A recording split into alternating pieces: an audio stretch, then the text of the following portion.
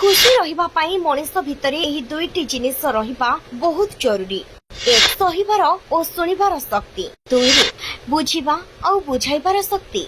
केवल भल पाउछि कहिले भल पाइबा हुएनी। जीवन सारा सुख दुख हस लुह भाग करि नेबा हेउछि प्रकृत भल पाइबा। प्रेम शब्दटी समस्ते शुणी थांती, किंतु समस्ते प्रेम को देखि न थांती। प्रेम को देखिबार अछि तो माँ को देखंतु ना। मनीष मुह चिन्हिबा सहज, किंतु मनीषर मन आ उद्देश्य चिन्हिबा अति कष्टकर। सुंदर चेहराटीए खोजिले सबु जगार मिल जाए, किंतु सुंदर हृदयटीए सबु जगार मिल न थाए।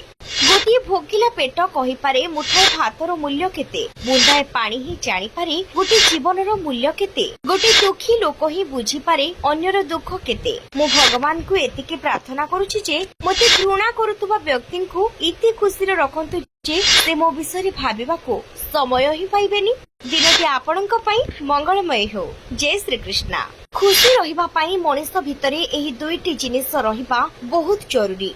एक सहिबार और सुनिबार शक्ति, दुई बुझिबा और बुझाइबार शक्ति।